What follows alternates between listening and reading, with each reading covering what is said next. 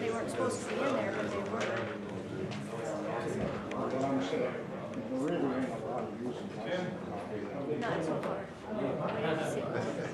I see way more. Oh, it's that and horse trailers. That's why I said.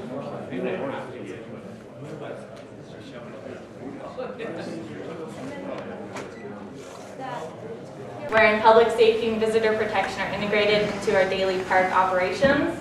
So it's really at the core of what we're trying to provide. Stewardship, that we will monitor and manage and protect natural, cultural, and recreational resources, which is very important for this park concerning it is surrounded by the wildlife management area as well as other public lands.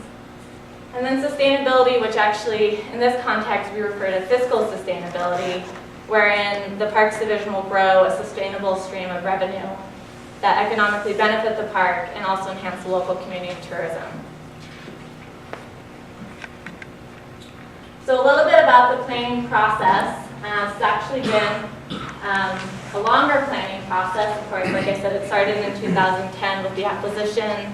There was an environmental assessment process that went with that.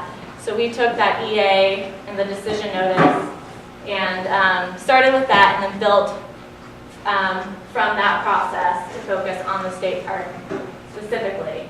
We started actually 2 summers ago with the information gathering. We had an intern with the University of Montana come out and do a resource inventory of the road system. And we did public scoping here in Superior, and many of you were there. I recognize a couple of your faces. And we took your comments and your feedback and incorporated it into a draft plan along with our park priorities and staff expertise. We worked with internal agencies and our stakeholders this past fall to do an internal review of the plan. And then we're now in the public comment period for our proposed draft management plan, which we will take to our Montana State Parks and Recreation Board in February following the public comment period to finalize that plan. So I'll go into a little bit more detail. For the road inventory, you'll see a series of maps in the plan in the current context portion where we look at this in a bit more detail. Well, again, like I said, we partnered with the University of Montana to have an intern out there in the summer of 2012. Had approximately 70 miles of former logging roads just within the park boundary. There's a lot on other lands, but that's what we calculated within the park boundaries. Majority are unimproved gravel roads. They were originally built for logging, so the grades range from flat to over 30%, which can be a challenge for recreation, or it can be a good thing, whatever you like. And about 35 miles, or half of the road system, is currently designated as open. And this was previously established by Plum Creek Timber, which managed the land prior. So we haven't changed any of the open-closed status since we acquired the land, but of course within this plan and in future development, we hope to evaluate the road system and what uses would be appropriate on it. And then determine if are there any, as we develop a trail system, if there are any connections that need to be made to enhance the recreation experience. And that map is in the plan along with a couple other maps. I was just going to say the poor road condition, we assessed the road condition as a good, fair, poor, and the poor is the dark, which you can see are quite a few of the roads, meaning that they're very steep, they might have some hazards on them, they're narrow, so it's definitely a beat up area currently, you could say. Go ahead. So there are some current amenities and uses. This is not a newly discovered area. It is one of our newer state parks, but it's been used for quite a while. Hunting and fishing are predominantly the current use, as well as some motorized use and hiking along the road system. firewood cutting, gathering, and berry picking. We also heard were some main uses currently. Also wildlife viewing, photography, and we do have one commercial guide that does trips and tours throughout the park. As far as amenities, there really are no amenities currently, but there is the Williams Peak Lookout, top of Williams Peak, that is currently closed, but we do have hopes that it could provide a unique overnight opportunity for park visitors if upgraded and stabilized.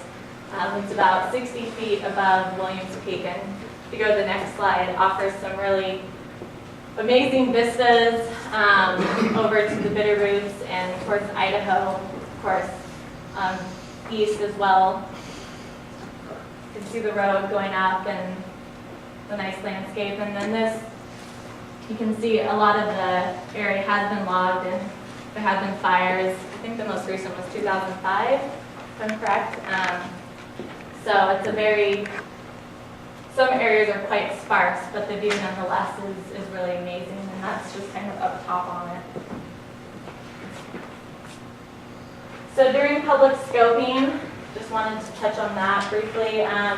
In the plan, in the appendix, there is the public scoping summary that goes into more detail, but we just wanted to briefly discuss what we heard that led us into our draft recommendations and proposals.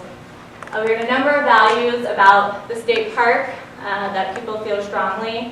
A lot of recreation opportunities, diverse camping settings.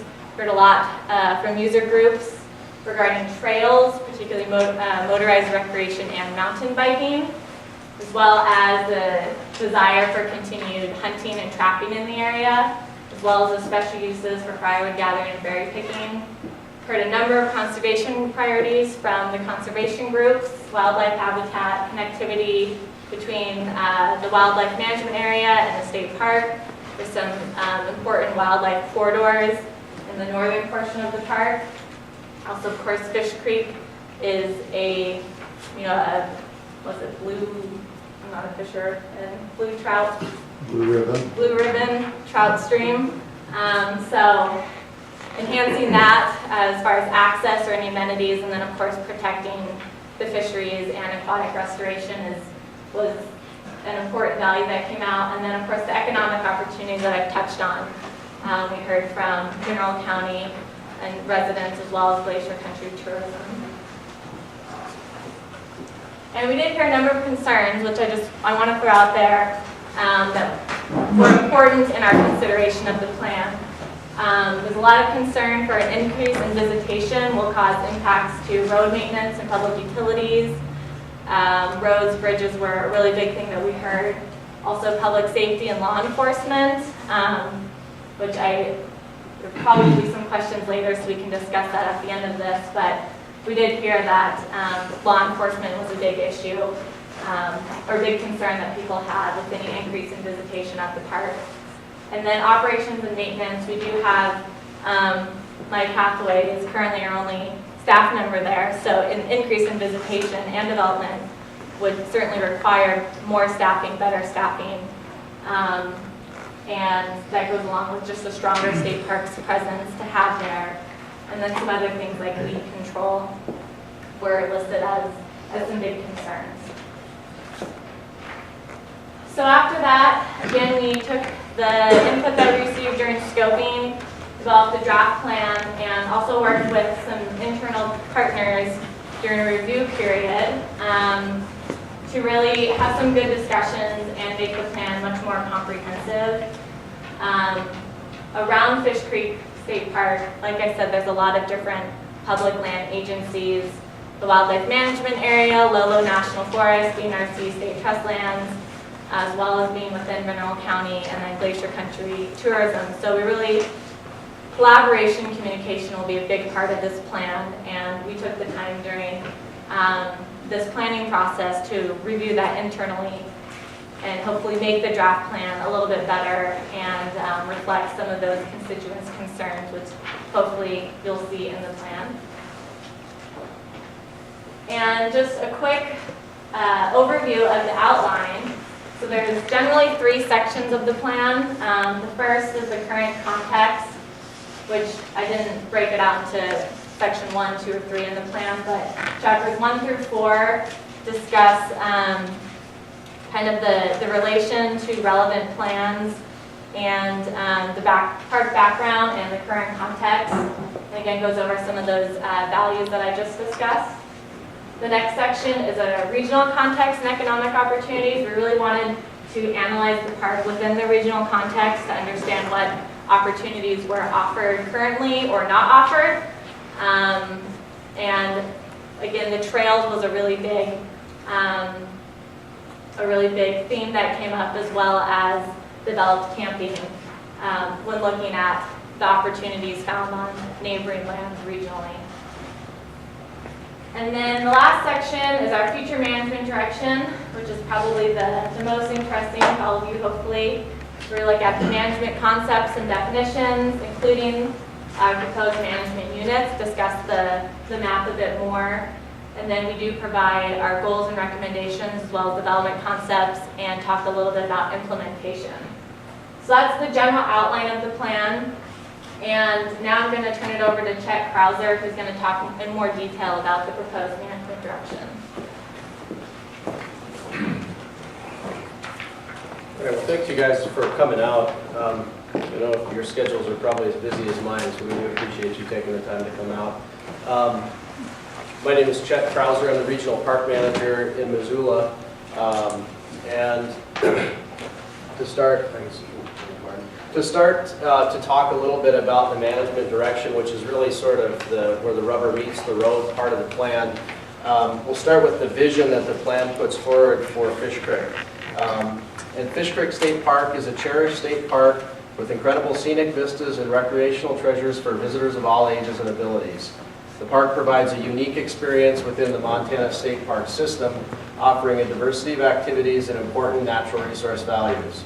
Furthermore, the park is recognized as a regional destination that helps enhance the quality of life and economic vitality of the surrounding community.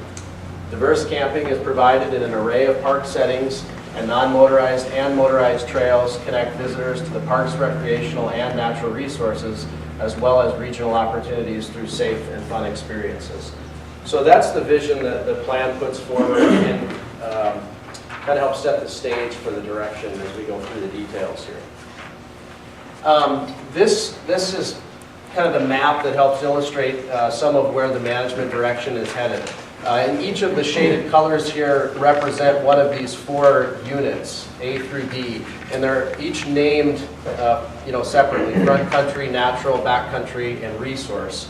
To the side, and it's a little fuzzy here, but do look in the plan or on the maps there and the larger maps, and you can see more of the definition here. Some of these squares show then acceptable facilities and uses that would then take place in each of these zoned areas. So that gives you an idea, not necessarily of exactly what you will find, but some of what potentially could exist there. And that helps kind of differentiate the different units there. In addition, there's descriptions of each of these areas that also help kind of give the narrative side of those symbols that are represented on the map. So for front country, that's where you can find public contact station, developed campgrounds, shared use trails, paths, group use areas, yurt cabin rentals, and commercial use. You can bump back to that slide, Mark. So that would be this darker area up here in Unit A. The natural area is rustic recreational opportunities, rustic camping, fire lookout rental, also potentially yurts or huts, hiking, biking, camping, non-motorized and motorized trail system, hunting, fishing, and commercial use. Let me go back to the map, Mark. And then that would be this middle area here, kind of the darker green shading. The backcountry, low encounters with park staff and other visitors, low level of development, non-motorized trails in that unit, hiking, biking, camping, and hunting and fishing. And that's going to be sort of these edges here to the south and then kind of up there in the northeast corner. And then the last is the resource, which would be day use only. There you'd find interpretation, education, wildlife viewing, pretty minimal development. It would be non-motorized, and then hunting and fishing. And that's up here on the edge. This also corresponds with where some of the wildlife migration corridor is at and where some of the sensitivity there for resource values exists. The management direction is broken into these 7 categories, and those categories were developed basically by themes that came out of the scoping, the statewide comprehensive outdoor recreation plan for the state of Montana, and then also research that was done along the way through the planning process. Some of those issues and themes that helped to drive some of this that we had discovered were recreational opportunities, facilities and services, trails, both non-motorized and motorized, special uses, park operations and maintenance, overall visitor experience, and natural resource protection. So those are some of the elements that you'll find in each of these categories. So each of them is broken down, and I'm going to give you kind of a snapshot of what's in the plan. There's going to be a lot more detail in there, and those are basically broken into, this one will be public safety. It would give a description of what public safety is. Then it would have goals and associated objectives that would then help us determine sort of the management direction and then management actions that we would be looking at. So public safety, here we're talking about emergency incident response, public health and risk reduction, and the law enforcement presence and coordination. Recreation management, we're talking there about just simply access to the park, overnight camping opportunities, hunting and fishing, this high quality trail system that would include a lot of different trail uses. And I think Maren also pointed out earlier, mountain biking and motorized were a couple of the things that we heard early on in scoping as far as specific trail uses that were of interest. And then resource and recreation management consistency with lands adjacent to the park. That would be things like the Alberton Gorge and having compatible management that helped with those opportunities. Where we border with the wildlife management area, working to help have some consistency with things like public use regulations so that they're easy boundaries, so to speak, for the public to understand and use in terms of the public lands. Facilities and services, travel system for park roads, welcome and orientation, where you would go to the park to find some of the orientation materials and what opportunities were there. Park improvements overall, potential concessionaire services that could take place as part of the park, and then coordination with agencies and adjacent landowners. Again, kind of the same topic there as before, consistency, and then also at management challenges that might relate to, say, a private landowner that was adjacent to the park and issues they had and working to try to make things work for both parties. Park operations. Here we're really talking about the nuts and bolts of what it takes to manage the park and to operate the park.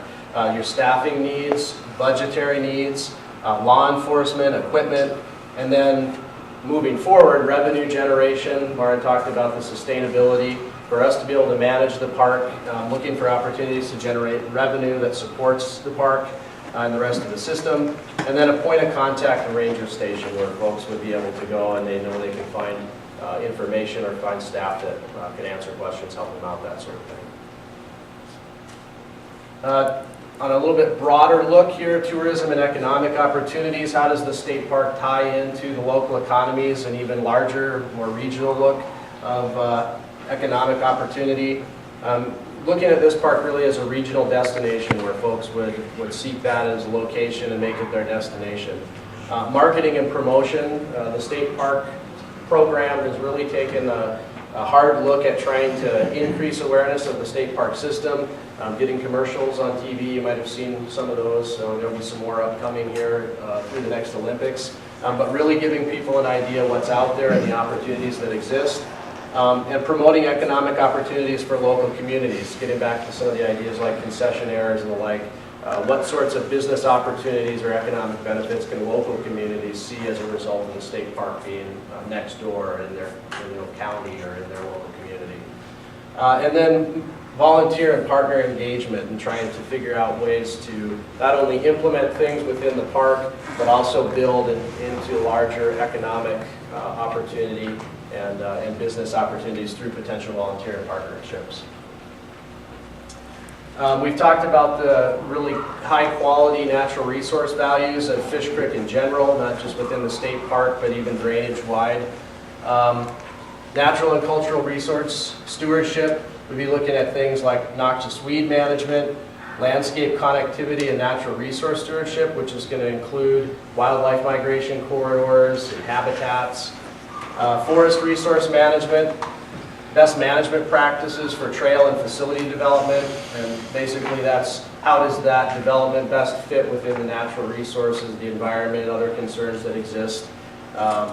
And then a cultural resource survey, which helps address existing cultural resources and how to manage the park with those there. Interpretation and education, really looking at different themes. One example could be bull trout on Fish Creek, and helping folks understand some of the concerns there. It could be leave no trace and tread lightly for some of the hike-in, bike-in, or OHV users on how best to take care of the park and how to interact with others. Utilizing interns and AmeriCorps members, which help us build capacity and get some of the projects done that we need to get done in order to move the park forward and move the program forward. And then looking at the park itself as an outdoor classroom resource. So it could be a tool and a resource for local schools, et cetera, to come out and use that as an additional learning environment. Once you get past the part of the plan that has a lot of that description, as I mentioned before, the goals and objectives, and do take some time to thumb through that. I don't want to bore you with the details here, but we're happy to answer questions. You'll find some of the development concepts, and this is one chunk of that. This is the developed table here, and you'll see that corresponds with the proposed management units in the map that I showed earlier. There's a separate section for each of those management units.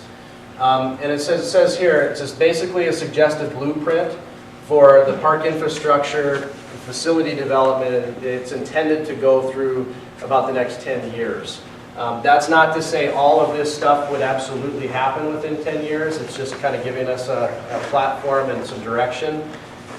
Here's where you'll see some of the potential uses that could occur. So for example, we've got the developed area. You could have tents, RVs, group camping, yurts and cabins, a group day use area, and then associated with each of these, a description of kind of what that might look like, and then the design guidelines that would go with it.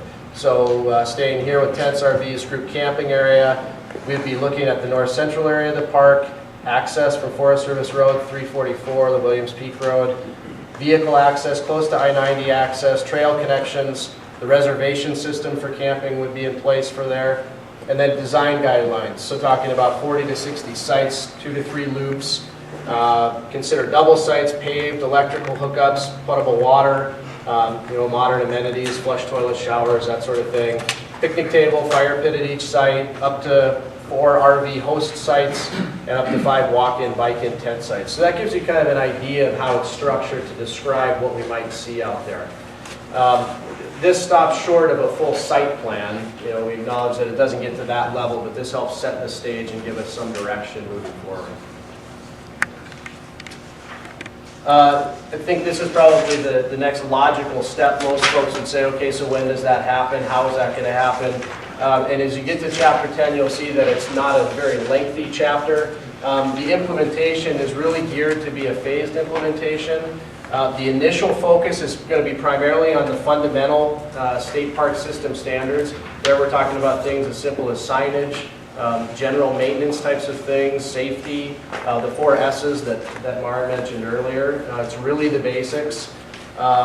New developments, kind of in line with the phased implementation idea, are really going to be geared toward what's the availability for funding, what kind of partnerships are available that might help us get there. It's going to be very much an opportunistic type of scenario. We realize that there's a lot here in the plan, a lot of potential for the park. We're going to have to look for opportunities as we move forward. And then in addition to all of that, as these projects come online, particularly related to development, groundbreaking projects, there will be additional public review process, EAs, and analysis that is conducted along with those proposals. So there will be continued involvement opportunities to help look at how the park, looks into the future and shapes out. That's my part. I'll maybe turn it back over to Mara real quick, and she can give you kind of the idea on how to provide comment, and then set the stage for questions, and love to hear from you guys. So again, this green sheet you can fill out and leave with us tonight, or you can take it and send it. Really, again, the plan is available to download on the website. It is fairly long, although I think I did get it compressed to about 3 megabytes to download. So that's good because the print one's about 30 megabytes. But if you do want a hard copy, we have some here tonight that we can give you, or we can take your name and address and send you one. Again, looking for written comments, so this is not like a public testimony night, with discussion or answer questions, but please do provide your comments in writing by January 24th. I know it's over the holiday season, kind of bad timing, but it's just kind of how the cards fell as far as our planning process. There's 2 ways to comment: online on our website, stateparks.mt.gov. On the left side, there'll be a bunch of buttons. Click on the public notices, and it'll take you to what you can comment on currently. And click on the Fish Creek one, and you can just type it in there directly. Or you can send us it by hard copy to this address listed here. So that's pretty much it. Well, answer any questions you guys want, or if you, again, like I said, if you want a plan, we can get you one as well. Please do sign in. Eager hands. So at the last meeting, I got the impression that there was no money, but you haven't talked about that at all this meeting. Is it now that it's getting closer, there's going to be money allotted to all these different things, or is it going to be something that's still far down the road? You can take that. Okay. So yeah, the question was, and we'll repeat for the video, but the question really is kind of getting at the money issue, and now that the park's getting closer, is there funding that's come along? We do have a limited amount of operational funding, which includes part of Mike's time. Overall, it's not much at all. It's about 0.65, so that's 65% of basically a person for the year, and that's split amongst 4 folks. So it doesn't take long to kind of do the math on that one and realize that we're probably running short there in terms of having enough bodies. We do also have a small operating budget to do some of the just general maintenance types of things. We're going to need to continue to pursue additional resources there. As far as the development dollars, we've got the development project on our list, our wish list, so to speak, of projects, but that money has not been allocated. So we'll be continuing to look for opportunities to get funding for that. But the plan is intended to give us some direction there and then improve the likelihood that we could get some funding. If we came and said, hey, here's the package that we're looking to do, and we need some funds for it, it helps us make that argument. So. Is the recreational trails program grants a possibility? It seems like a good fit. Are you familiar with that? Yeah, I am. It is. It's a tool that we would have, a resource we would have. Again, at that level, you're going to be talking specifics, and where is the trail? Where does it start, end, connect, all those kinds of things. What are the uses? So, we would have some work to do in general, park-wide. Where would a project like that fit? What would it look like? There'd be obvious public involvement that would take place. But as far as a funding source, yes, that would be one that we would be looking at. And you'll see. Oh, you want to say that? Yeah, go ahead. I wanted to elaborate a little bit on operations funding, which is what we do on the ground, these 4 S's that we mentioned. We have a process called the executive planning process, and the next opportunity we have for that will be for fiscal year 16-17. That'll be the next upcoming biennium that we're able to ask for more resources. And indeed we may. 0.65 FTE is minuscule. Likely we will ask for more. Whether we get it approved or not by our legislature remains to be seen.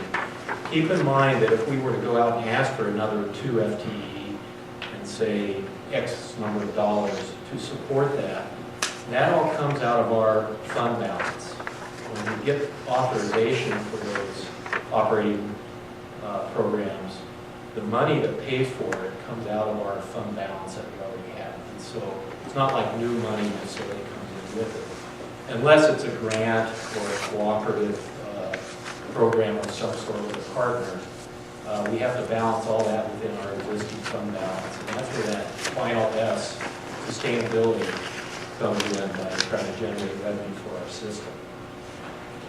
And just briefly to finish, so, you know, as a general state, this is a 10-year plan, 10-year plus plan. It is visionary in the sense that we wanted to propose, you know, what we feel and what we've heard could be the potential of the state park.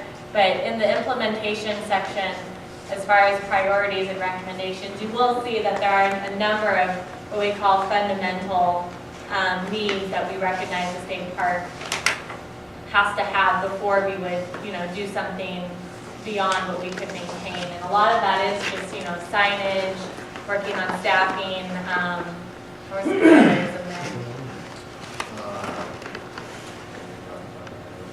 I mean, those are the primary ones. Yeah. So down fencing or signage. I mean, Fencing, real how basic you're trying, language yeah. So is- those, so don't, you know, it's not, we didn't intentionally put a list of, you know, priority number 1 is gonna, you know, build the trail system before we even have a welcome to Fish Creek State Park. There are some fundamental things that we have identified in there that need to happen prior to this, and a lot of that is finding funding sources. And that's where the partnerships could potentially come in. Like with the RTP grant, that's going to be probably more competitive if it comes from a community or a user group versus us applying for, you know, our own funds. So. Well, you know, I want to commend you guys on putting together a nice booklet here, and it's been 2 or 3 years ongoing, and you know, some of the comments that you've asked for and some of the rebuttals I've been asked constantly if you guys have put some kind of cost analysis to this, and you guys have not done that. And I think the big selling point for most of us here in Mineral County is, you know, who's gonna cost share this, and to what degree. We have a lot of concern about Mineral County. We're one of the largest counties, but at the same time, we're poor. You know, we have people here now that are having a hard time eating, let alone staying in their homes and their properties. And so to bring in a state park, that we know that, you know, that we won't have the sheriff department that be able to take care of it, the state level won't be able to take care of it. Are you guys going to step up the plate and have that part of your proposal? The roads as a Forest Service, and they don't take care of the roads as it is now. That's going to be part of your proposal. And there's a lot of answers, there's a lot of questions that need to be taken care of. And nobody seems to be giving us those costs. I know there should be, a lot of us, but as our commissioners, they want to know that type of stuff. Our planner wants to know it. I would like to know it. I know what these parks cost. If you want people to come back to them, you're going to have to build a nice park. I think the trail system that you guys are trying to introduce here is probably a good thing. I think we're violating some of the EA in your Unit A. I think we all welcome the WMA, but I'm not so sure we're entirely positive about the park. I'm not so sure that we shouldn't back up a little bit and think about the demographics. And there should be some other areas that may be more cost efficient. We have to address the issues of the Fish Creek proper coming in from I-90 all the way into Post 5 to get up to Unit A or down to Unit B. Those are huge costs. And now you're putting into, you want to add electricity to this area. We only have single phase out to the ranch, and you're going to be coming from the ranch into the other areas. You probably have to be looking at 3 phase to do 30, 40 amp units and that type of stuff to bring those type of motor homes in. So I mean, there's a lot of issues here. I was under the impression we had $300,000 in the coffers that a couple of years ago we had talked about that was going to help fund some of these costs as we went along here. From FWP or? Yeah. So it was from the initial investment, the purchase or acquisition of all the property, and I haven't heard any more about this $320,000 that was in there. And where'd that go, or what we can use it for. And I kind of thought we'd see some kind of cost analysis of what this park may cost. And you guys got 52 of these, and I'd like to see what kind of return on the investment that the taxpayers are really getting. because we don't, this isn't Yellowstone, this isn't Glacier. And I don't see the economic value here of your plan for park, that people are going to be a designated area. And we got one just here at Tarkio, but it's not filling up. We got one here that just, Hidden Pine, it's a beautiful little park that could be enhanced. Hardly anybody uses that one. And we got some other areas that we can look at. And I don't know, there's a lot of issues that need to be talked about, and there has to be cost put to it. That's my biggest concern. And then you also went back to your report here, you talked about a 2-year analysis again about whether or not the sustainability, whether or not the state should fund it again, or those types of things. So you would like to see maybe in the implementation more of a cost analysis instead Sure. of just a general discussion? And in that cost analysis is, you know, who are the people that you're targeting? I've been a general contractor for over 30 years in this industry, 41 years. I've built some of these big state parks. And these big state parks in the state of Washington, we built very nice ones. We actually built very nice one here in Montana. And I know what they need, I know what they want, and they barely recover their costs. And so when you've got these 51, 52 parks, does the state really have that kind of money? Because Mineral County doesn't have any money here to help. We can't keep our hospitals open, we've got a lot of problems.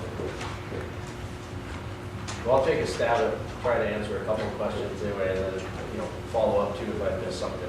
And I can't give you, guaranteed answers to all of those. Those are all good questions, they're tough questions, and I think they're inherent in any sort of project like this for sure. And I'm assuming, Roger, the $300,000, I'm assuming it was some of the good neighbor money that came with the acquisition. So that probably, the $300,000 would have been, I'm guessing, for the state park and WMA, that was that dollar amount probably for the whole acquisition. And that amount was around $40,000. It wasn't 300. True. I believe it was Senate Bill 165, good neighbor. Well, I have it back here in my other reports that we were told it was $300,000 that we would see towards these projects, and it would be used through a period of time. It doesn't mean things won't change, and I'm not calling anybody out. So there was dollars there that we were talking about, and now we don't. Yeah, 40,000 for the state park. So for the good neighbor money, it was about $40,000, and we purchased gate materials, road building materials, or I should say road blockage materials to block off the roads that we're looking at, fencing materials, a couple of implements for working up in that area, rock rake for one, for clearing roads. We also spend a fair amount of money of that on weed control. And like I said, I'm not calling anybody out, I'm just saying is that we haven't addressed any of the issues for the ingress, egress of I-90 to this park. Let alone spend any money on any engineering. And then you're also talking about wanting to rent out the lookout tower. And I've also been involved with a lot of structural engineering over my time. And I was up to the tower hunting this year, and I was looking it over pretty good. We got a lot of work to do there to make it safe for the public. And then on another level, insurance-wise, I just see a real hazard and somebody wants to sue the state pretty quickly once they start finding their lives. Yeah, we do have some money set aside now, and we've done some work on stabilizing the lookout, because we see the same potential risks there, that I'm sure you're seeing, we're going to be up there doing some work, and it's just to get that thing stabilized for now. I mean, that's the primary focus, and then the next phase would be to get something where somebody can potentially rent it. So far as ingress, egress, and some of those kinds of things, it's not in the plan in terms of the dollar amounts. That's one of the reasons in the internal review process that you saw so many different entities there, the county included, the commissioners, to try to engage early in that process and get up to speed.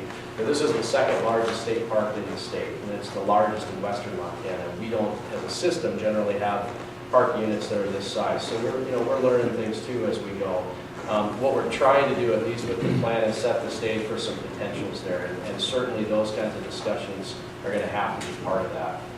The cost the cost for the project also would be tied to the levels of development size and how much at a phase, we'd be implementing those kinds of things. So I think those are all great questions. They're very valid points. I mean, talking about the electrical service and those kinds of things, those are just realities that, we're going to have to look at no matter what. So, we'll be working on trying to get some of that information flushed out as we go forward.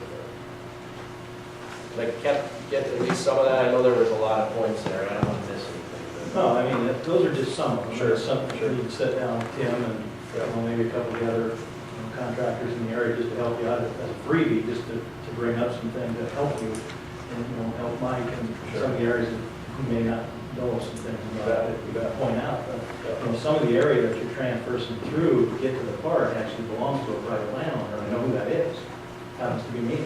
Nobody's talking to me about, hey, when we start widening that road, what do we need to do?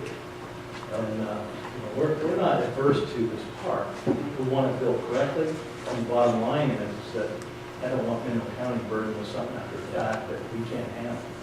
Because with the economy the way that it is, with Obamacare, we don't have manufacturing in this. We just don't have it.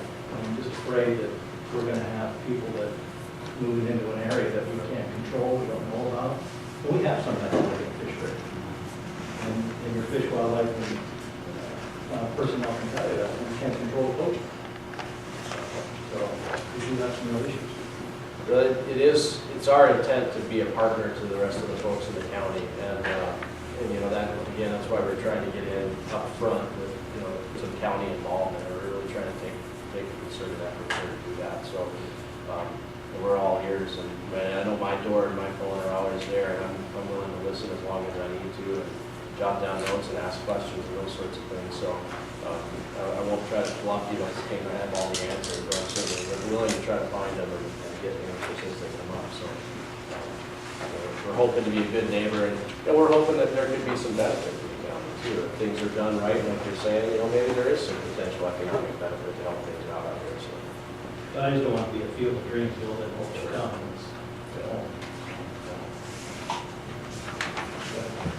I see that most of the emphasis is on the park concept. If that's your pocket to deal with, that's fine. What is the intent for in the future to interface with the wildlife management area that surrounds it, and how are you going to make that interface? The trail systems, you have to stop at the boundary line, turn around, and go back. There's a loop going through there. How are you going to allow people that have current accesses there now continue those accesses just because, without being stopped, just because you have a different dollars come out of a different bucket to purchase the two pieces? So somehow you need to provide for some kind of continuity. Yeah. What are you doing with the guys that are doing the wildlife management area? Are you even talking to them?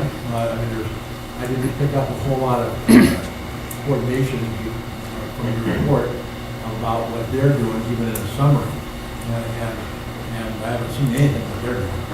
sure. Where is this all going at with your interface? Yeah, that's a really key part of it, and you saw some of the continuity. One of the bullets there was continuity, and it's not just the WMA, but also DNRC, Forest Service, other parcels, and land managers, private entities.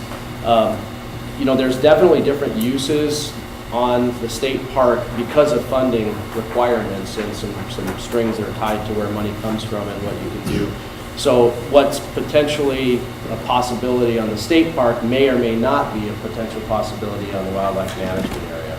And they've got a separate management structure for managing those lands, separate from the state park system. Where we can work together, though, we fully acknowledge that, to a lot of folks, that's all fish creek. And, whether you're on the state park or the wildlife management area, you don't necessarily care. You want us to get it right and make things work. And I think that's what we're going to try to do. To the extent we can work together and have continuity and have opportunities that might exist both in the state park and the WMA, we're going to do that. We're going to also look at the potential management tools we have at the state park to to share some of their concerns about wildlife values and how we can work together in that regard. So I think there is some overlap. They're not quite on the same page in terms of where we are in trying to put together a plan for the state park. You know, they haven't quite got to that level. I suspect you'll see more effort in that regard. They've got a lot more acreage that they're working with too. I know they're still faced with the same kinds of funding challenges that we are, you know, with staff and those sorts of things. So, you know, to the extent that we can, we'll be working with them. I mean, I know all those folks in our regional office very well, and it's very easy for us to go sit down. It's, you know, we may have differing opinions and values sometimes from the WMA to the state park, but where we can work together, you know, we acknowledge that that's all. You know, everybody here is ground, and we need to work together to try to facilitate the use of it. One of the things that in this process, you know, Ollie mentioned that it's been going on for 2 or 3 years from the first inception of trying to take that from the Nature Conservancy, is to bring forth the idea of we do not want to lose any ground for access of our people. That we're currently using it when it's private timberland versus intermingled state ownership versus adjacent forest service. The accesses that were there at the time prior to the purchase, that was all in the negotiation process of the county supporting that purchase. We did not want to lose any ground in perceived access that we had prior to the sale. And now, from what you were saying a few minutes ago, well, we've got money set aside for barricades, we've got money set aside for road blocking, we have money set aside for other things. To me, that doesn't imply that it's going to stay the same. And you know, you don't have to travel on every inch, but at the same time, if it's there, use it as part of the infrastructure. Sure. And how are you going to handle that aspect of it? Now that you've already vocalized that you're going to lock things off. Yeah.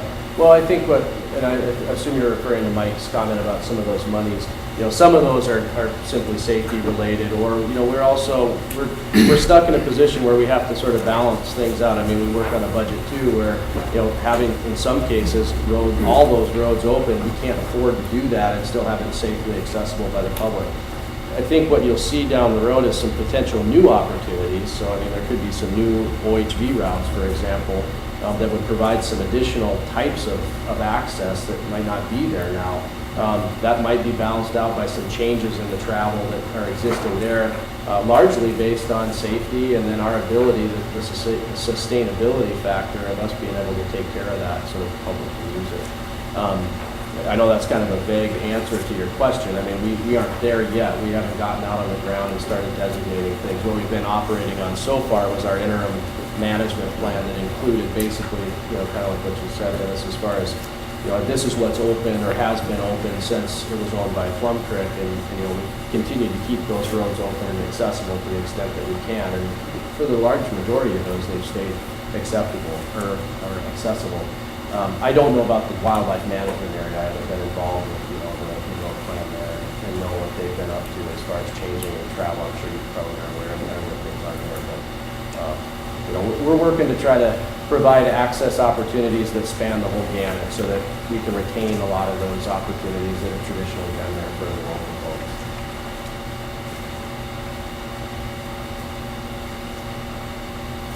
Any questions? Yeah. I was wondering if you could bring up a bigger map again of the park. Sure. Am I going the right way? No. Nope. Which one are you looking for? Well, President. it shows, The zone one, this one? no, there was one that showed that Section 8 where the big pine is. It's a real mishmash of ownerships in there. Oh, yeah, here. And we can talk about that a little bit. Sure. Because it was mentioned about big pine being out there. And it looks like Section 8, it's got a weird piece of Forest Service landlocked. And then Big Pine is kind of sandwiched between that and DNRC and the wildlife management area. Just a suggestion that, would there be some way to clean up the ownerships in that section to make it a little easier for one entity to manage that instead of having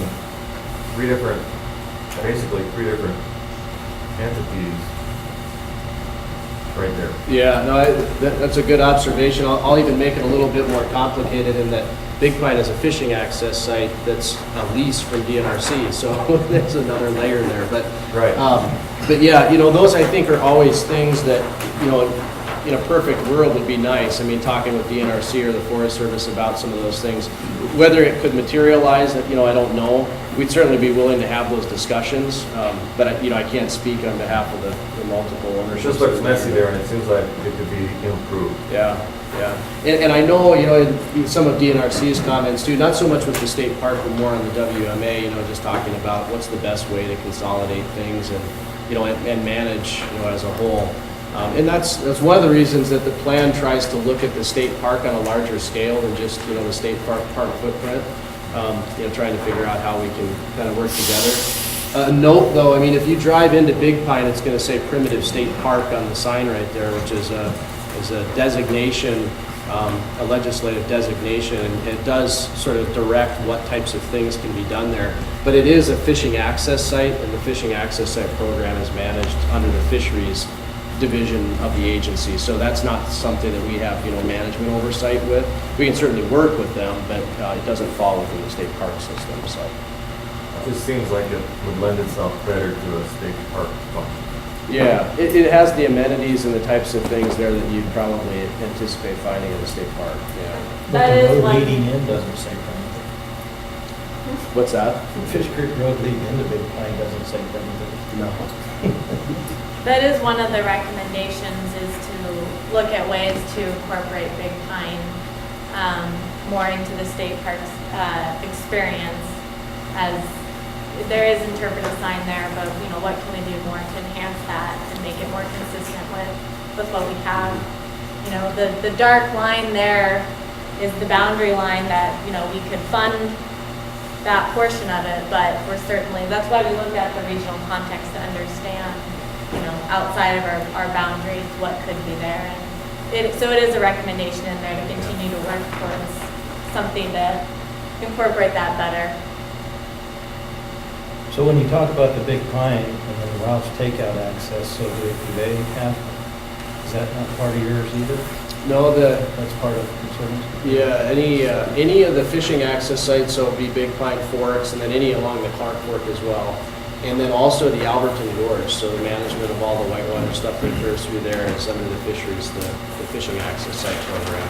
Still managed out of the regional office in that, but it's just under sort of a different branch of the agency, and it's funded differently, and all those sorts of things that internally are, create some challenges there. But the idea is to work in particular with Big Pine, and then also the Alberton Gorge, to work, acknowledging the recreational values of those places and the similarities that you might find with state parks or recreation you might associate with more with, a state park or general recreation as opposed to fishing or something like that.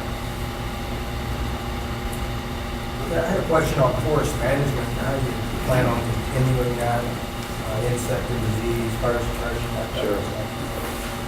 For fire suppression, right now, and Mike can probably talk about that, we've worked with the 9 Mile District for sort of the initial response type of stuff. I don't know, Mike, you want to just briefly touch on kind of where we are with that?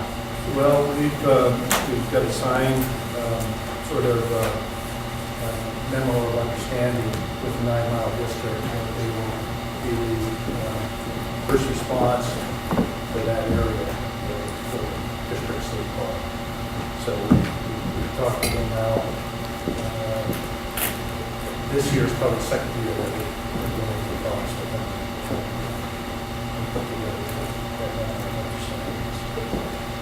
And then on the forest management, general pest and timber and stuff like that, we had a consultant, a forestry consultant, go out and develop this initial plan for us.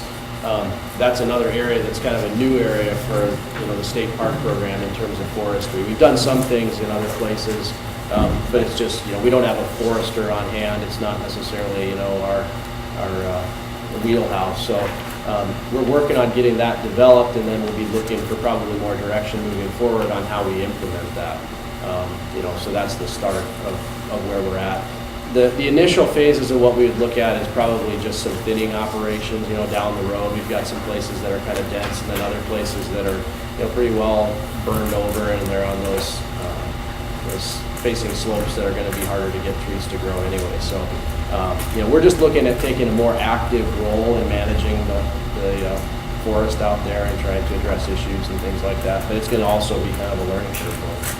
Will you coordinate with the NRC since they have that ability? Or? Yeah, we can. We have in the past with some of their service foresters. We've done some localized projects. This one we also worked with a private consultant out of the Bitterroot that helped us develop some of that. And we've had more interest from the legislature as well in terms of looking at potential timber projects that we can do on our lands. Tearing back into the sustainability piece, if we have the opportunity to have something over time that gives us some revenue generation and we can do that in a way that fits with the overall values of the park and serving the public and having their recreational opportunities, that's all part of that larger picture and how we make things work. I have one other quick question.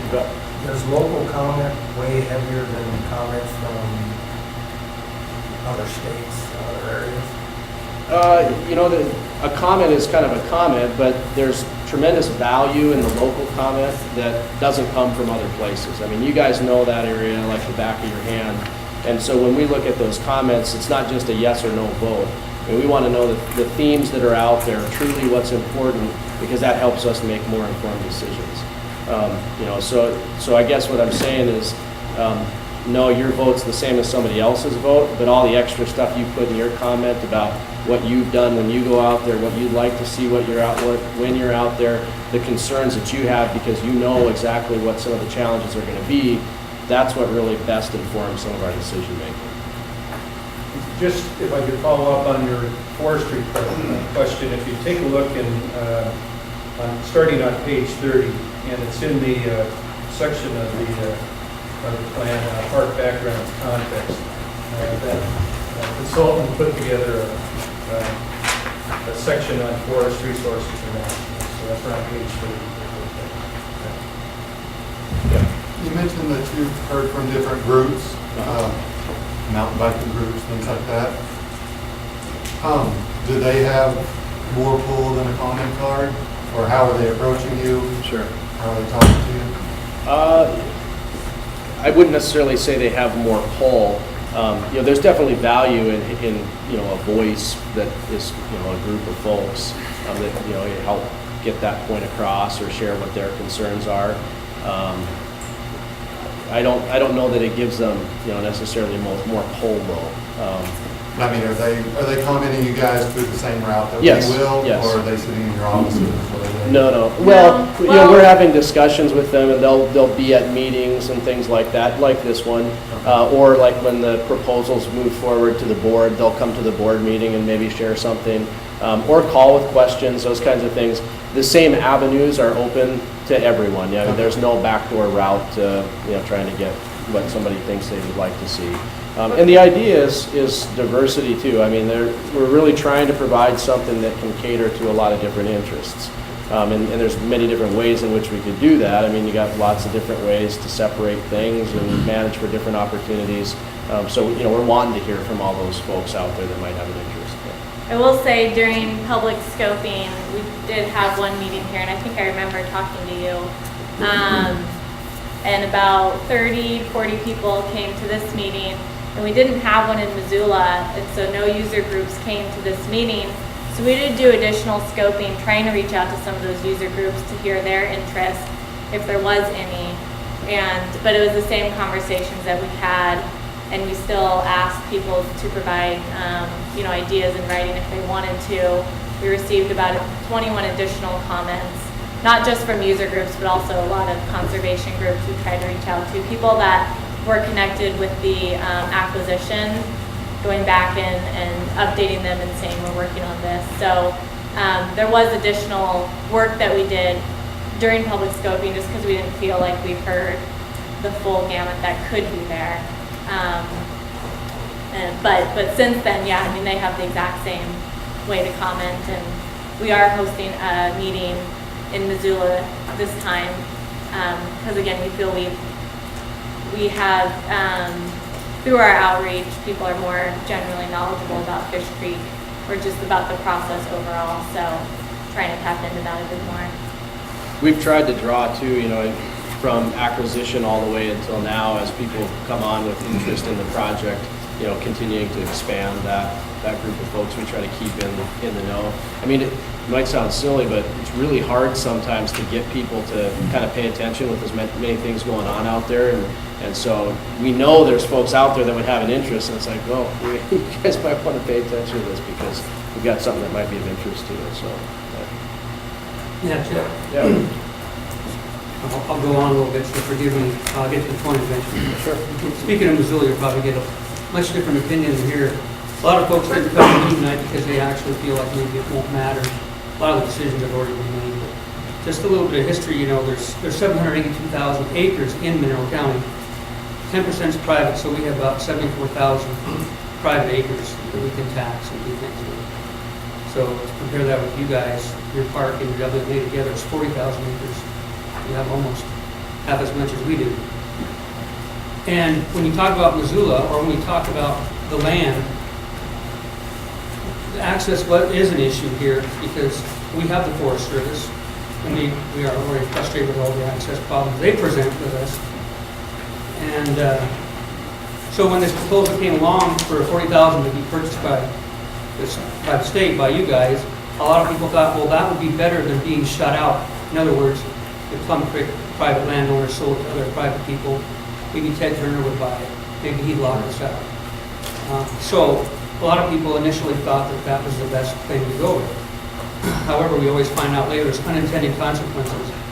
For example, and I'm only talking about the state park, but that 36,000 acres of WMA brought with it actually more things that restrict people's access. There can't be guided hunting groups can't go across there. Hole-in-the-wall lodge is right up there. That's what they live on.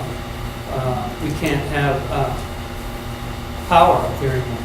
Part of the modern amenity of electricity would be going right across the WMA land, which prohibits modern amenities. A lot of people up there were looking forward to having power one day, along with Hole-in-the-wall lodge and the Forest Service. So we're not going to be able to cut firewood up there. We're not going to be able to drive motorized vehicles up there. We're already experiencing some limited access. Missoula, Montana has 3 legitimate wilderness areas within 1 hour's drive. Lots of people can drive to the Scapegoats, to the Pintlers, to the Bob Marshall. Right here in our backyard, we have another proposed wilderness, the Great Burn, which is basically a de facto wilderness. So now we can't even use that. And when you talk about continuity, what I worry, my concern is that maybe the continuity is with the Forest Service to dovetail with the Great Burn, and the WMA, and the wolf, and the grizzly bear, and the corridor, and so forth, and so on. And the state park, while it's carved out, there might be a good idea, but when you say we have a lot of roads there, and some of them we're going to evaluate, that I translate that to mean probably closed. And so what we really need, we don't need more trails or wildlife watchers. We've got all these, 90% of the land is already that currently. So when you pitch an idea, the hunters are our biggest helpers around here. They got the fat wallets, they buy equipment, they buy guns. They stay for a while, they buy steak, they buy whiskey, they bring their four-wheelers. But these people have been using the boat launches and the sear access. It's not for the day. You can buy their ice at the Valley Grocery in Alberton. They don't even stay the night in the Big Sky. They're here, they're gone, they pound roads, they flip their rafts, they get their cars broken into. Who gets to go take care of all those problems? We do. So I'm concerned when there's only a 0.65 FTE so far because you guys are going to have to, we're counting on you guys to spray your weeds, have a park ranger. When someone has a dog bite in the park or a loud party in the park or a fight, we can't afford that. And the economic benefits that you're pitching so far sound the same as what the Forest Service pitches. We've got Heart Lake Trail. How many people come up there and hike and stay? It's a beautiful trail. I don't know if it's any prettier than the Wilderness Peak Trail, but we've got that stuff already. And I just want to make sure that when you're thinking about what you're going to do with the park, because I know there's limitations with WMA, and I guess we're already beyond that. No more power, no more firewood cutting, no more guided hunting routes. But the park, with all those roads that are currently in existence, currently there by Plum Creek, a lot of them are kind of already self-regulating in terms of outlaw riding because of the steep terrain. It kind of keeps, we have a whole new group of baby boomers coming up who can't get up into the Great Burn Wilderness and hike, and they can't walk in the WMA, and they need to be able to go with a four-wheeler or a truck and experience the great outdoors without having to be just one more wilderness an hour from the city. Sure. Thanks, Roman.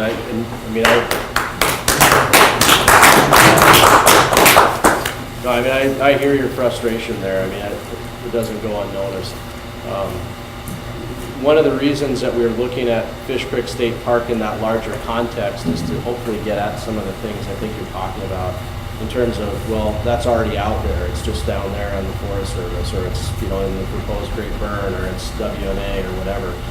We have the ability and the flexibility within the state park to do some things like have opportunities for cutting firewood, to have roads that might provide more opportunity for motorized travel than you might find in other places. The hope is that this can be something that has some unique opportunities. It's a little bit different than some of that. That's not to say we don't have limitations too. I mean, especially as we look at diverse arrays of opportunities, we're going to have to balance that. But we're hoping that we can help, take care of some of that frustration by providing some opportunities there that would enable the folks you're talking about to still enjoy that chunk of where they're from and they like to go recreate. So. And the idea with the trail system versus what's there with the roads is that we did hear from a lot of motorized groups that the trail experience, when it's designed for an ATV or a motorcycle, is different than just an open road.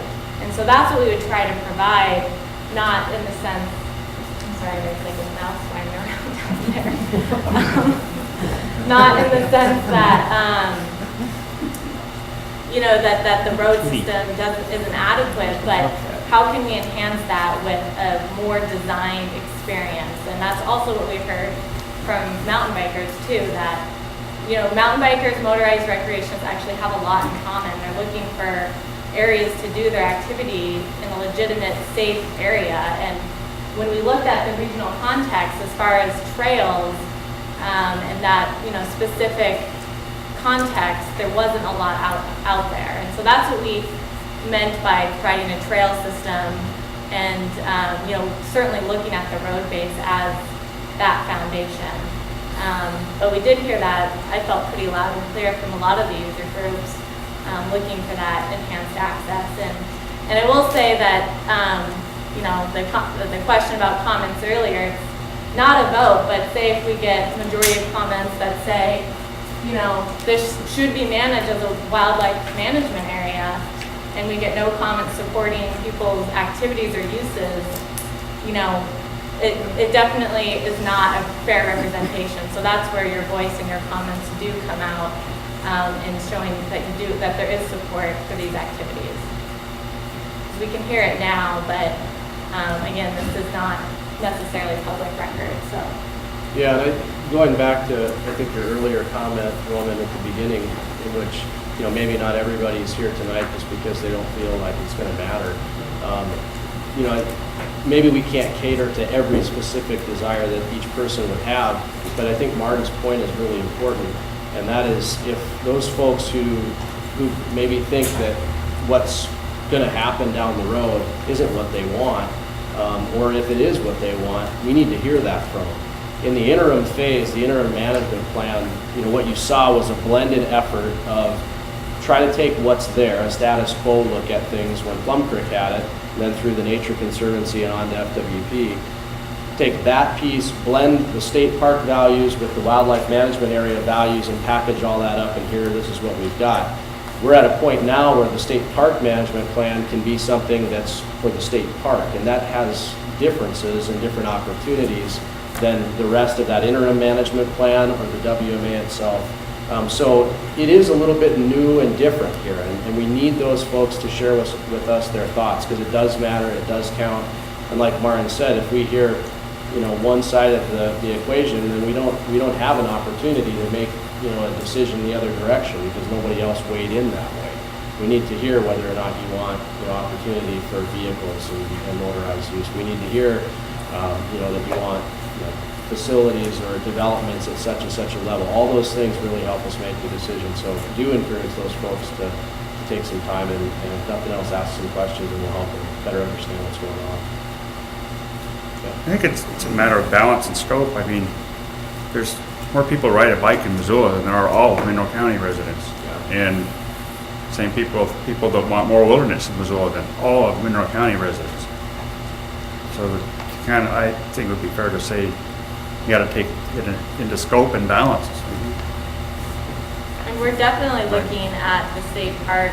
I mean, the reason why we bring up those different funding sources is because we are approaching the state park from a recreation perspective. There is wildlife habitat, there is corridor connectivity, but it's a state park. It is owned by the people of Montana, so our mission is to provide that experience with the state park. And if you don't think we're there in the draft plan, by all means, please let us know because that's what the draft is for. We have developed this vision, which we feel has taken into context, like I said, the public scoping and the process that we did. But if we're not there yet, please let us know. I have one other comment I'd like to add on motorized use. Currently in Montana State Park system, we do not have one single designated ATV trail anywhere in our system. Our largest park is Makoshika State Park in Wendell. It's 11,000 acres. It's a badlands environment and it's not conducive to, it's so rugged, it's not conducive to those types of trails. Most of our other parks are quite small or else have terrain limitations. And so we're looking at Fish Creek as one of these places in our state park system where we can develop a high-quality motorized recreation opportunity. And I feel like we've touched on that pretty well in the plan. It's certainly our intent to provide that type of activity in this park. Maybe not on every single trail or every single square inch, but certainly to the level of having good opportunities and lots to choose from. That's an area where, for those that are interested in motorized recreation, we'd love to hear from you on those. Let's go back to your question. I guess you're up. I had heard that there was either a proposal or a consideration to obliterate the road from Rock Creek that ties into Williams Pass Road. I know it's a really specific question. Is that true? And if so, would decisions like that be presented so that people could weigh in on them, or is that just something that would happen? I think you're talking the connector, the short connector road. Is Right. that what I you're live on referring the to? other end, and so I use that quite a bit. Sure. Williams. Sure. I would One be of going these? through the state park, whereas I normally don't.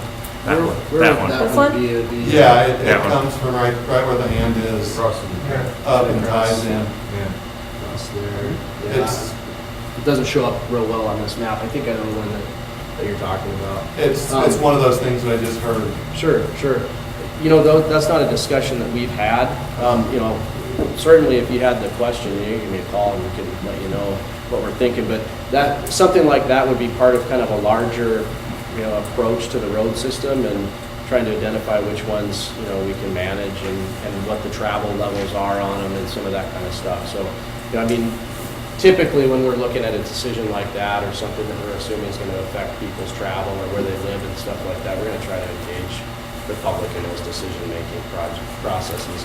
This wouldn't necessarily be a groundbreaking thing, but we're going to try to touch base with those local folks and see what's going on and what their thoughts are. And I'd like to add to that, if I could, Chet.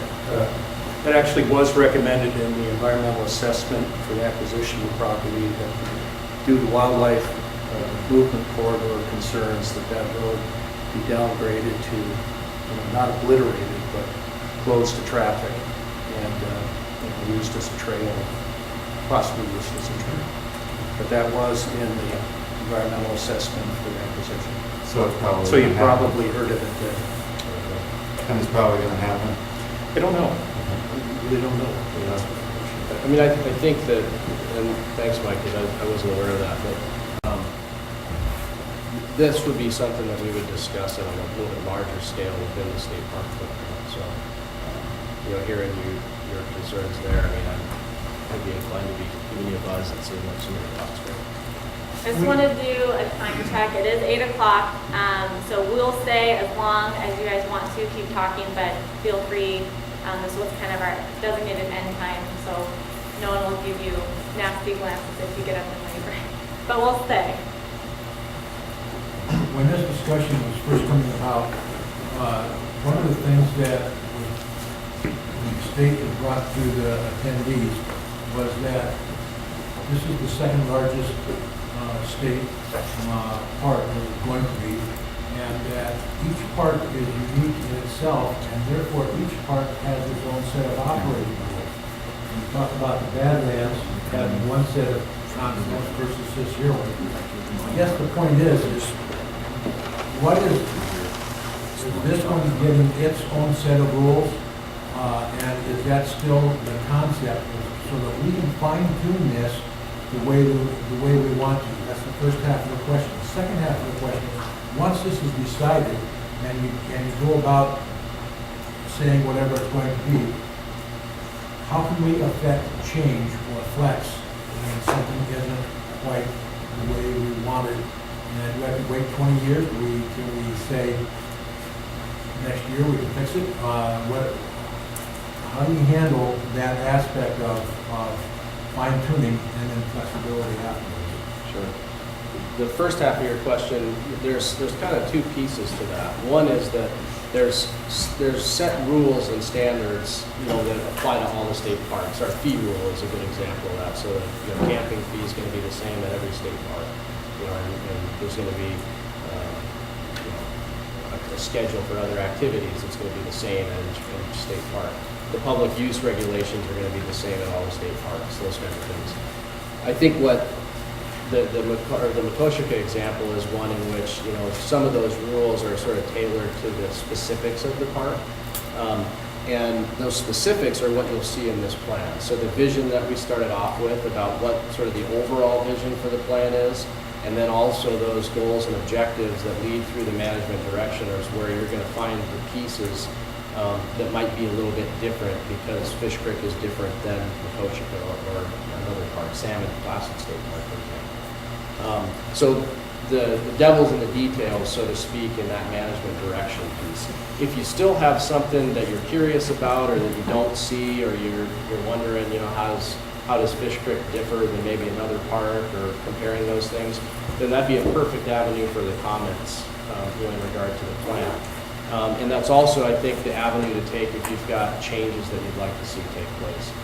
The idea, though, is that once we get the plan out, through this whole public comment process and incorporate those into the final version, that'll be our guiding document, for the direction of the state park. So that's why it's really important to get that comment in now about, the types of opportunities or concerns that you might have.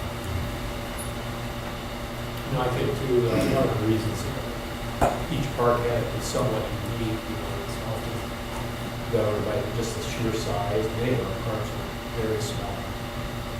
The terrain, and the general environment. Some things are conducive based on the terrain or the layout or the size or something like that. And in this case, we've got enough land area where we've got a lot of opportunity to provide diverse recreation.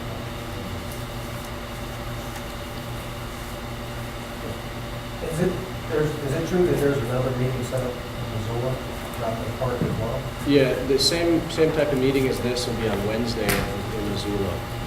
That's my question would be, why would you set up a meeting in Missoula when it falls in Mineral County? We didn't go to a meeting on the park over in Glendale. Sure. When we were going through some of the initial scoping, there's a lot of interest in the state park from folks in Missoula, and there's interest groups in Missoula that have interest in this project.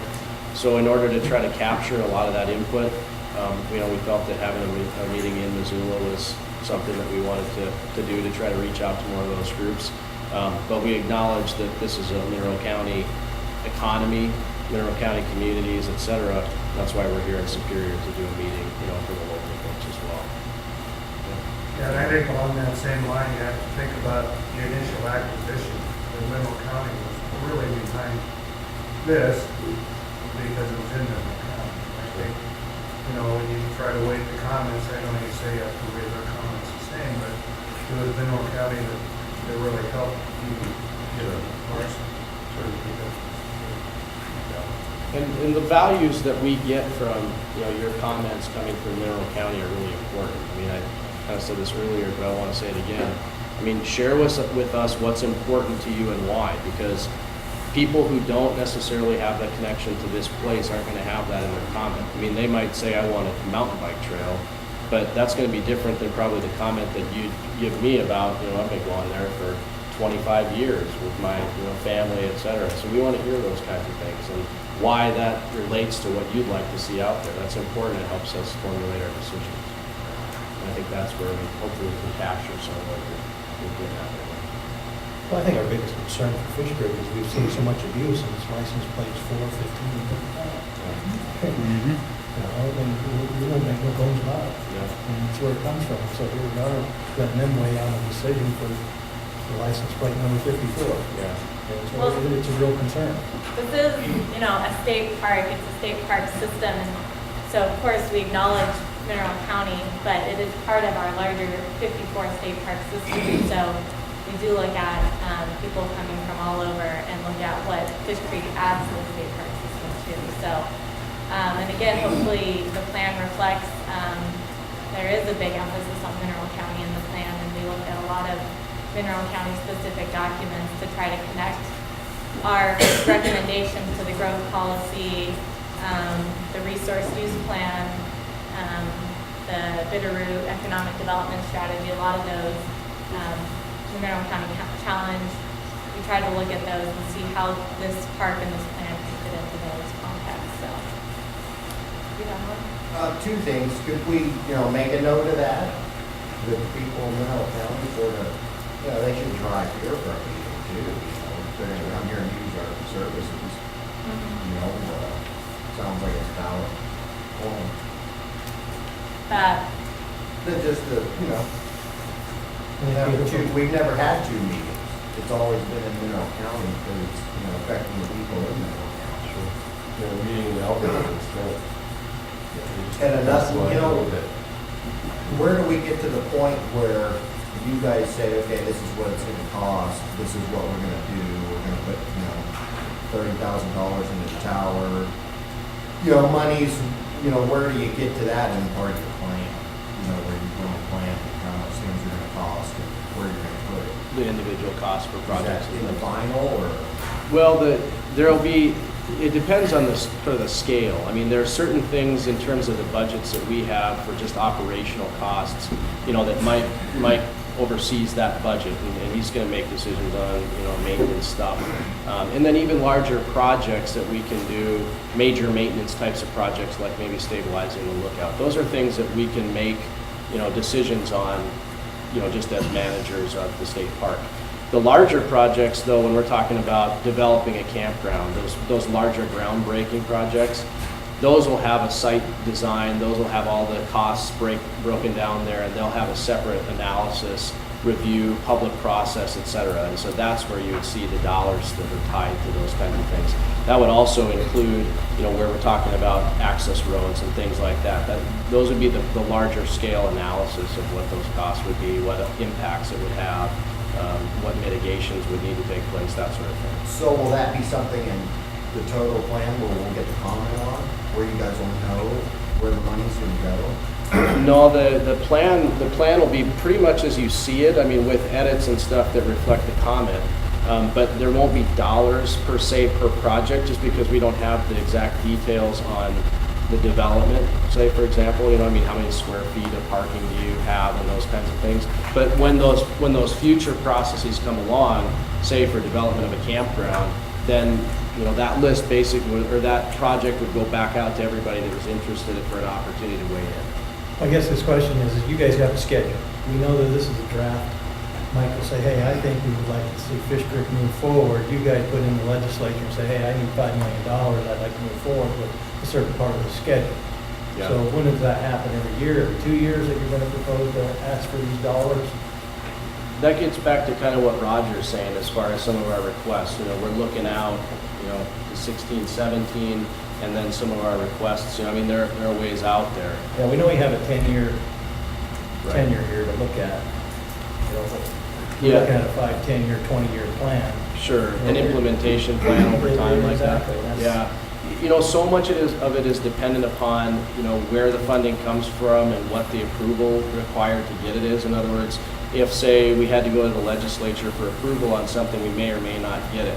And so rather than spinning our wheels on speculating, if we can get those opportunities, then we can come back and say, hey, look, we've got an opportunity now for, you know, however much money it's going to take to do something. Here's what we think might be a good idea. Taking a part of this plan and then moving forward the details with the dollars, et cetera, for, you know, more public input. Right, because as time goes on in these types of areas, and you got degradation of certain things, but you also have good things that happen and Sure. plans change dramatically. Sure. And your cost increase.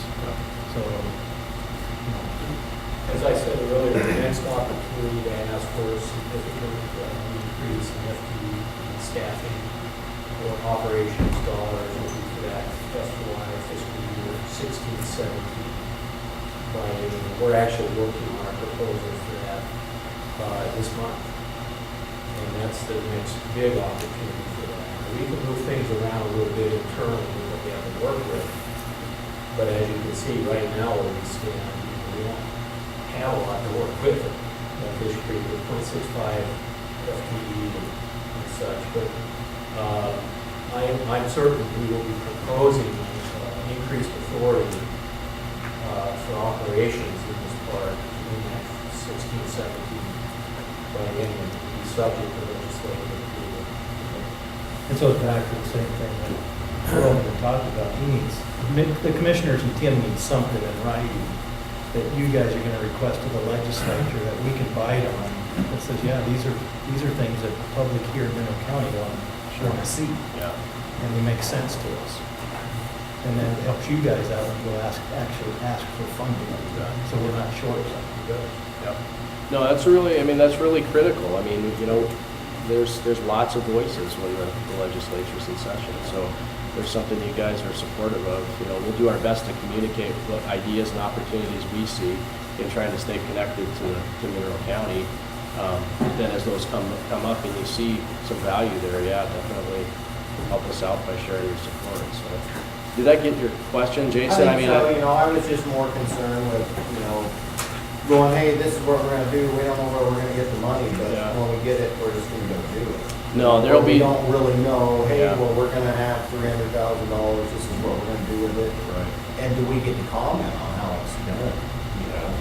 I know the lookout tower was, you know, $30,000 to $40,000, and just your return on that, if you're gonna rent it for $25 a night, you know, it don't add up, you know, for a certain time of year, so maybe that money, you know, goes somewhere else that, you know, can add up. Sure. Not that it's, you know, maybe not a viable option, but. Yeah. You know, for us too, it's a state park system, you know, that's kind of managed with all the state parks and all of the assets that we have, you know, in terms of generating revenue. You know, so it does add up, you know, when you look at it system-wide, and we need to try to find ways to leverage some of that support. You know, and sometimes we can get funding for a project, you know, that might come from an external source, and then it yields some revenue streams for us, even if it's some little amounts that add up to help the system as a whole. So, you know, there's different ways of kind of looking at that, and that's really where Roger comes into play. You know, he's chief of operations for all of these parks. My world is just here kind of in Region 2, but, you know, we're having to work as a system, and he's helping us kind of get there by figuring out ways to generate revenue and fund the overall park I mean, system. you know, the road in here is just, you know, we gotta make a good road for people to come see it. Yeah. They won't come back to that. So I just want to clarify, the discussion of cost is more that you guys are interested in seeing some of these costs as it relates to what might be a priority. And being a voice, you know. Okay, so the input on the cost. Well, that's itself. one, but we want to be assured that the state is going to bear this burden and that the county, and that you understand this county doesn't have that, because in the back here, you guys talk about sustainability, and every 2 years, you're going to take a look at this, whether or not you're going to fund it again, or to what degree, or, how Mike's going to manage this, if he's got money, and is this trail going to be groomed, or can I handle the campgrounds this year, or, based on the fact that we didn't have any traffic last year. Yeah. So, the return on the investment doesn't yield for people to make sense. Yeah, and I hope it doesn't sound like we'd walk away and after 2 years we decided it wasn't worthwhile, because that's not the case. We'd be on a cycle to take a look at where we are in terms of implementing the plan over time, and trying to get our ducks in a row as far as making things happen. But you have to understand is that this county's poor. You guys give us 1 or 2 game wardens to take care of this whole county, and that's just an example. And for Discovery, that is Frenchtown Fire District. Okay, you're under so when you call for an EMT or emergency, you're going to get 911 and you're going to get Frenchtown. And so when they come out there, they have trained EMTs, but they can't administer morphine or anything if somebody's in pain. I know that for a fact. Okay, so then when they pick you up in the ambulance, you're going to take you to the Mineral County and Missoula border, and they're going to transport you over to the Missoula ambulance. So you got all this rigmarole. And so those are things of Discovery that could cost somebody their life. Sure. And we had this happen just a few weeks ago with my son. That extra hour there almost cost us his life. I think those are good points. Definitely get those in your comments so we can factor that stuff in. We want to know about that stuff, and we want to try to work on coming up with scenarios where we can address those issues to the best of our abilities. There's probably ways to work together and come up with incident response plans and things like that that help us address some of those donut holes kind of in the response. The Mineral County Rescue and Search and Rescue are a little different thing. Sure, the river and that type of stuff when you need them. People get around that, but immediate emergency, it's 9 miles from Frenchtown versus 20 miles for repair. Has anybody touched on the winter usage? What? On winter? Oh, winter usage? Yeah. You mean And scoping interests and stuff? Interest, snowmobiling, cross-country skiing. Yeah. There's definitely some interest there, not as strong as some of the, summer and the shoulder season uses and stuff. By and large, it's been more of a summer type activity base. There's some though, and I think there's potential and opportunities for winter use. So that'd be another area where I think it'd be good to have some comment in that regard. What's either occurring there and where, or what you'd like to see opportunities for and where, that kind of stuff. Yep. And I believe during scoping, I did meet with the snowmobile groups. A lot of them have crossover with the motorized group. So, up to the Williams Peak lookout is definitely an opportunity given snow coverage that could be there. But yeah, we're looking at all year-round use there and what it could support. And from an economic perspective, Glacier Country Tourism is really supportive of that, because a lot of our parks do close down in the winter, but looking at what Fish Creek's would support year-round for those sorts of uses. Is that something you're interested in? I'm just curious.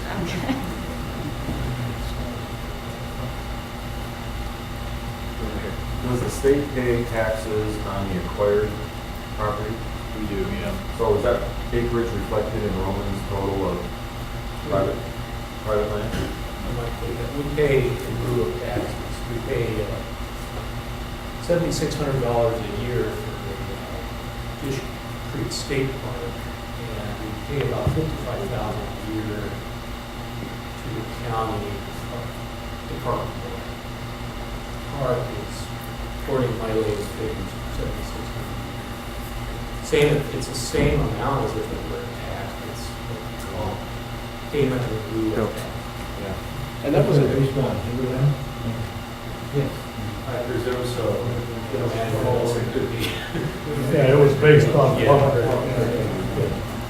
And that was a change not all that long ago, was it not, Roger? As far as the department paying? Yeah, in in- 2009, I think it was that you were paying the taxes.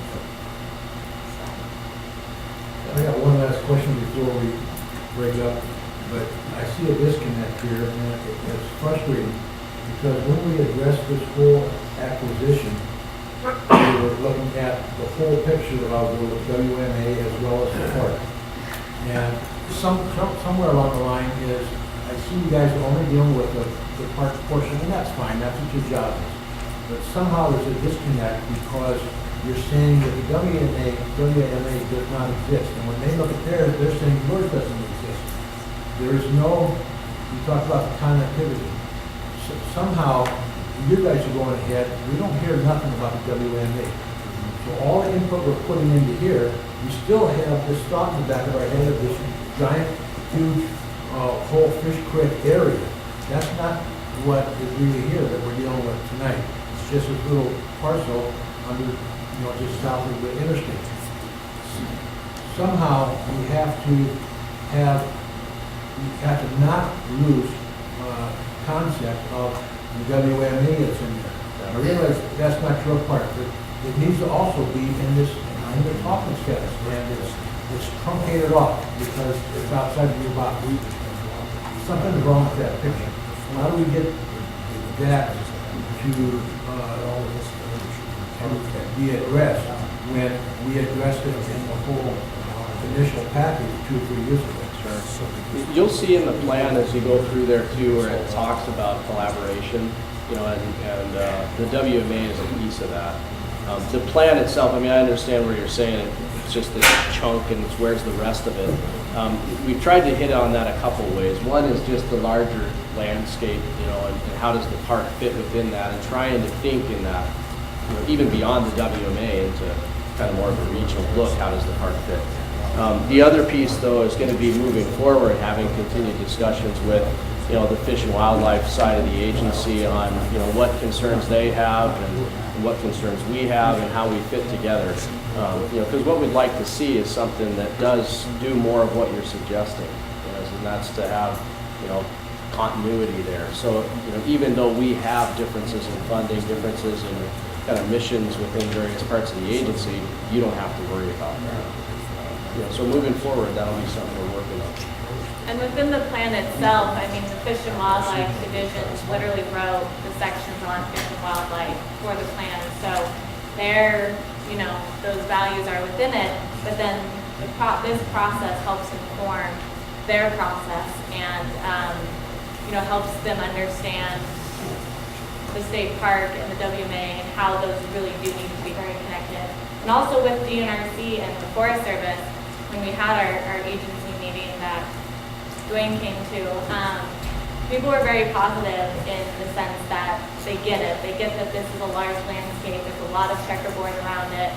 It's going to take some time to massage those differences together, but, the hope and, I guess if we can be eternally optimistic is that we will get there and, try to make that a seamless transition between all of the landowners, not just the WMA, even though it is our biggest neighbor, but with DNRC, in particular, because they actually have different statutory regulations than FWP, which we have to work through. So, the general tone is positive, and there's a big understanding that this needs to be done together, even though this park is, or this plan is just focusing on this park.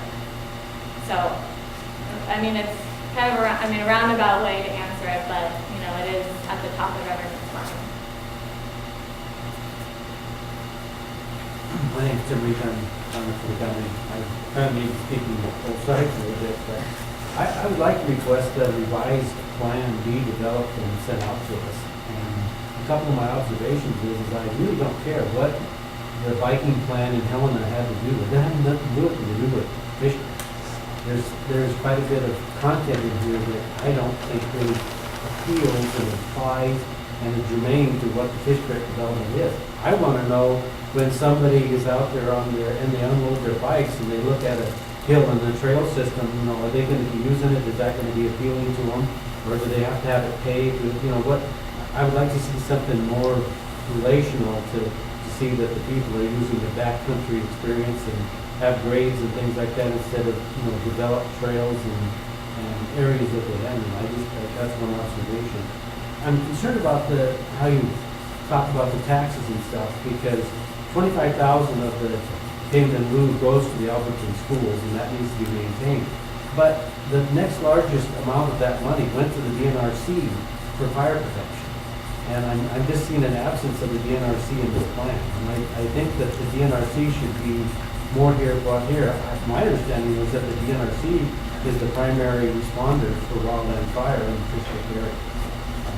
That's the way our emergency plan is set up for the county. So I think there should be some more involvement in drawing in on the DNRC.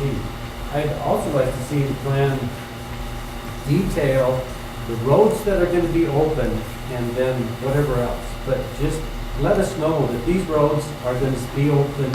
And I'd also like you to, assess if the Forest Service has an easement on that road, is that easement going to be binding so that you have to leave it open?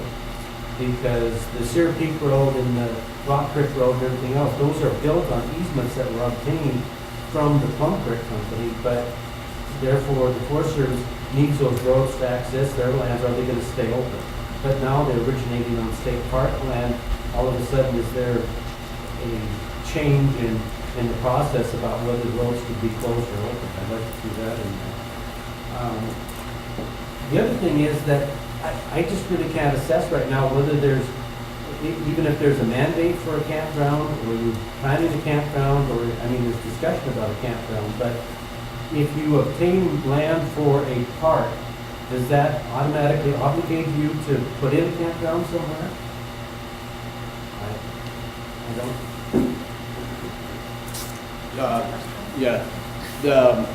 No, there's not an obligation for a campground when we have a state park. It was one of the opportunities that was identified. And the zoning that's in, not this map, but the other one, would identify locations where we might find that to be a suitable location. But it's nothing set in stone as far as what happens, just because it's a state park. Typically many of the state parks have camping opportunities, and that's one of our revenue generators, in the state park system, are camping opportunities. So it fits in there as a piece, as an opportunity, and also a revenue source for the state parks. I just think that if you had a choice between a high area away from water versus a piece of the park that now is sitting right on the Fish Creek, that we should at least give some strong consideration for developing a park that would basically front on Fish Creek. I would think that would have draw many times over than a campground set up on top of a hydride knob that you look at the river, 400 or 500 feet below you in elevation. It seems like there should be some with the public road running right in front of it. That is sort of something. Yeah, there's challenges with topography and then, resource sensitivity as well that all factor into some of that. But, site selection is definitely something that's part of the equation when we look at that kind of stuff to figure out what the public's going to use. I don't think there's not an interest in creating something that nobody wants to visit. The intent here is to provide opportunities that the public's looking for. So.